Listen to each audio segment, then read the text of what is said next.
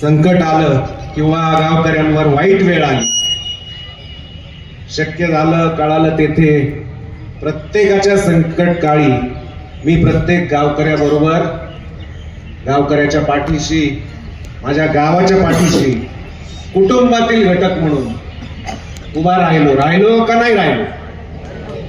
आवाज नाही येते, नाही राहिलो का? जर मग मी उभं राहिलो असेल तर मग आज माझ्यावर वेळ आलेली.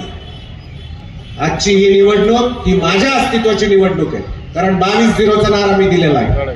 त्यामुळे आरोप करतात दमदाटीचा, मी म्हणतो चला मी केली. कुठं केली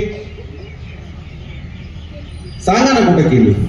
जिथं माझ्या सर्वसामान्य लोकांवर अन्याय झाला तिथं मी नक्की दमदाटी केली. एक उदाहरण यांनी मला आणून दाखवावं, कुणीही मला सांगावं की कुठलाही सर्वसामान्य गोरगरीब नागरिक असेल, माणूस असेल, त्याला मी चूक नसताना कुठंतरी दमदाटी केली, कुठंतरी आरेरावीची भाषा केली किंवा कोणाला तरी मारलं. एक उदाहरण दाखव. त्यामुळे असो, या सगळ्या गोष्टीचा विचार आपण सगळ्यांनी करा. आज वेळ नक्की माझ्यावर आहे. भारतीय जनता पार्टीने